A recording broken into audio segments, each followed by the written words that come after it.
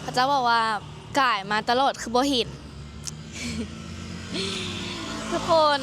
บัดนี้จีเห็นแล้วเด้อไผที่จะมาซื้อเครื่องสวยกับมาได้เด้อบางทีอาจจะเห็นแม่อลิสาเนาะบางทีก็เห็นอลิสาแต่ว่ามื้อนี้หันอลิสามาขายเล็กเด้อมาซื้อเล็กสวยแดนี่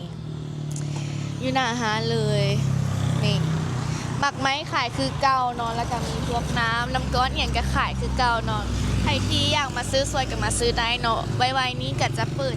ชั้น2นี่ก็จะเป็นพวกร้านความงามเนาะก็ถ้าติดตามเลยทุกคนตอนนี้ก็คือเปิดร้านขายเครื่องซัมซาไปก่อนเนาะแล้วก็ถ้าประมาณอีกเดือน2 เดือนแน่นอนว่าจะต้องได้เจอกับร้าน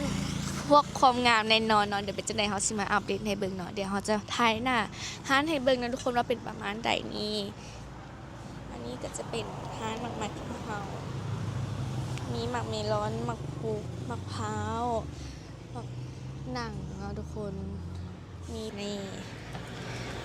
วันนี้มีผู้เฒ่ามาขายเครื่องสวย ผู้เฒ่ามาขายเครื่องซอย ลูกค้าให้แน่ลูกค้าให้หลานแน่ ลูกค้ามาเด้อมาซื้อซอยเด้อมีแต่แนวแซ่บๆเด้อแถวนี้มีแต่แนวแซ่บๆอะไรก็แซ่บเบิดทั้งแซ่บทั้งถึกแม่ค้าก็งามเด้อหน้าตาก็งามมาซื้อเฮาก็17 ปีนึงน่ะนี่มาเด้อ18 ปีอยู่ในเด้อ ผู้เบาน้อยใ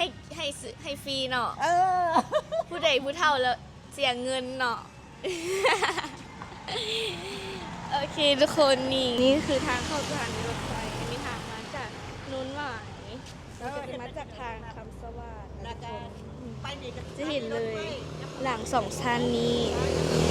เราก็จะนั่งขายเลขอยู่นี่นะทุกคน ได้แบบนี้เขา